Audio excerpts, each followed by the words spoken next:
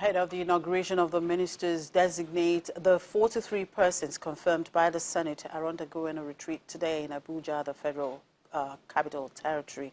Let's look at this from the equities investors' point of view. Temple Ashaju will tell us. Hello, Temple. Good afternoon. Well, the ministers designates are having a retreat ahead of their inauguration. Is this perhaps that catalyst investors are waiting for?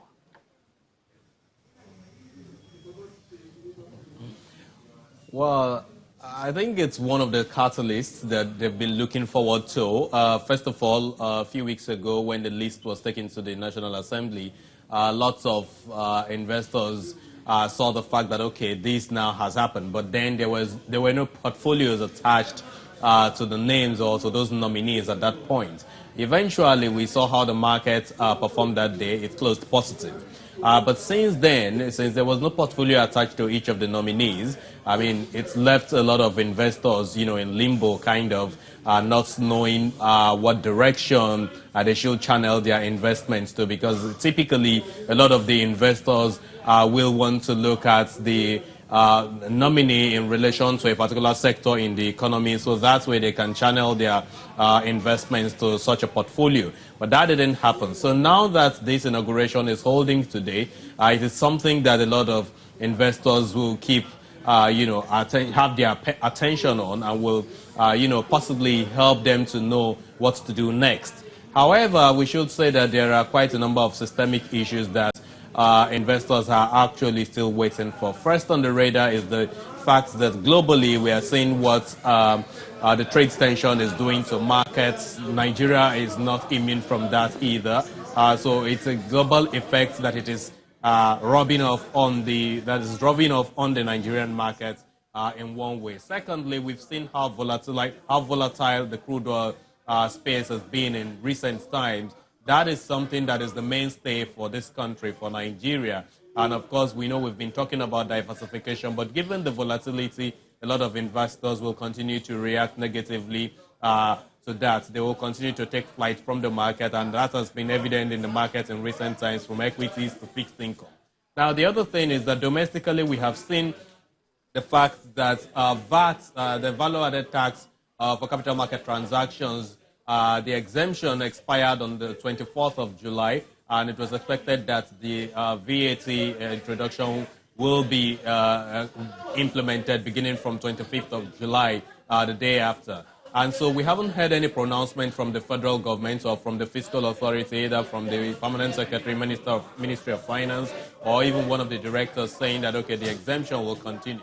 As a matter of fact, they will be waiting for the Minister of Finance to come make a pronouncement on this particular issue, which aligns with the expectation of investors around the portfolios to be assigned to each of these ministers in expectation. So that is something that will be expected. The other point will be the restriction on FX that the President Muhammadu Buhari actually mentioned last week.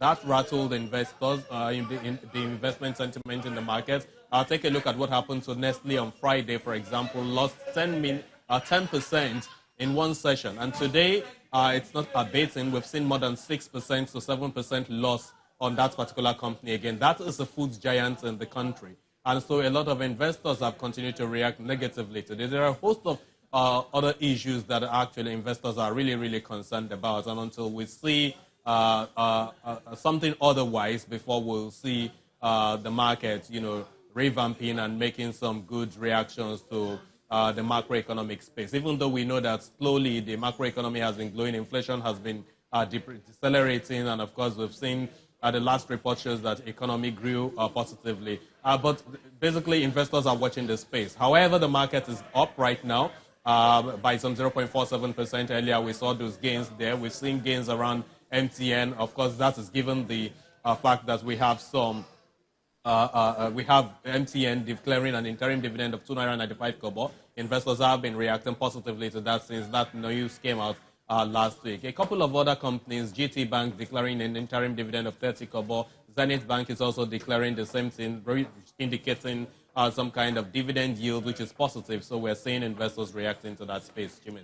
All right, Temple, with the positive start we have seen at the equities market today, You just said the market is still looking up as it was during the intraday trading. What are we likely to see this week? What does the outlook look like? So are we going to see more of the positive sentiment coming up this week? I think that is hard to say. Perhaps one of the reasons why we're saying the positive sentiment is because a few companies have actually made some money available or are making money available to investors. Zenith Bank numbers looks good. GT Bank looks good. MTN has declared something, even though we know that some analysts have done the valuations in comparison to what some of these banks are declaring, and they've seen that MTN's interim dividend isn't as huge percentage-wise now, when you compare to some of the banking or financial services companies. But for this period, we might see some of these positive reactions to these numbers. But we know that the foreign investors have been really, really risk-off in the market in recent times, given those factors that I mentioned earlier. And so the level of domestic participation in the markets might increase this period, while we'll see the FPI is really, really, moving out of the market the way they started last week. That's what we're likely to say. What I'm trying to say in essence is that the volatility will still be with us because we haven't really seen any major catalyst. If, for example, we get to know the Minister of Finance today and he makes a pronouncement tomorrow, which we know that will be too late, but basically let's see he or her swinging into action swiftly to, make some pronouncements like whatever the federal government's intention is on the VAT, on capital market transactions, then we should see something that will take the all-share index possibly be back from the 26,000 psychological mark to the 27,000 psychological mark. However, we know that investors have continued to be smart. They are taking advantage of the low numbers or of the cheap stock valuations we have in the market. We know that they've been buying and mopping up losses in the system.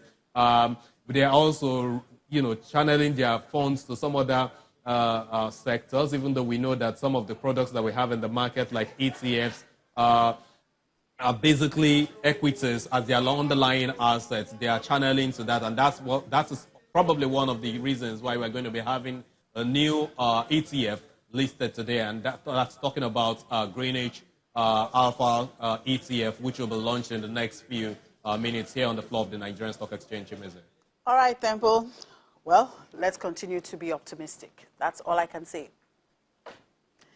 We move on now. With a thriving leather industry and cheap labor, Ethiopian shoes have stepped into the international market over the past decade with exotic designs and high quality, and that's starting to seep back into the local market. Companies are adding value to the country's leather industry and producing shoes brands they hope will also help them step beyond the country's borders into regional markets.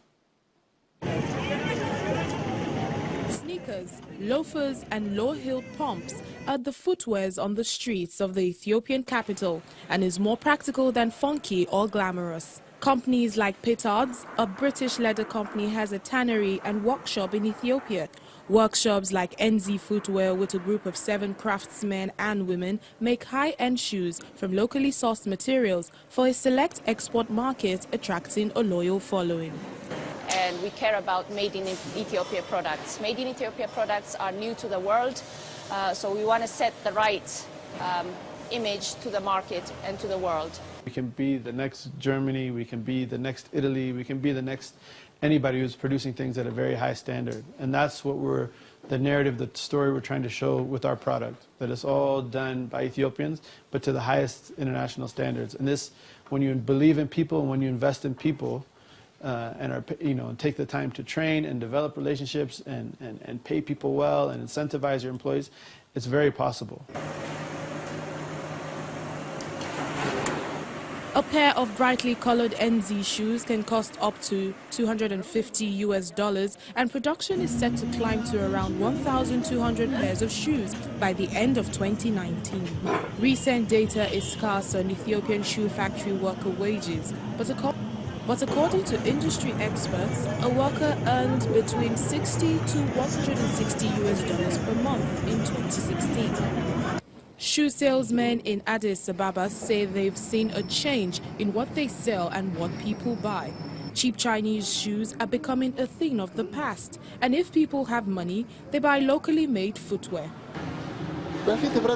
Previously, society didn't have a good perception of locally made shoes. Now these days, it is getting better and better, primarily because imported shoes are very expensive and we have better supply.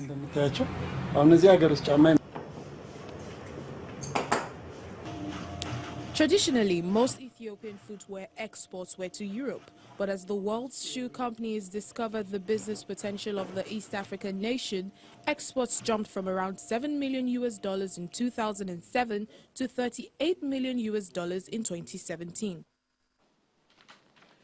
And that's a wrap on the show. Thank you for watching. I'm Chimeze Obi Iwago.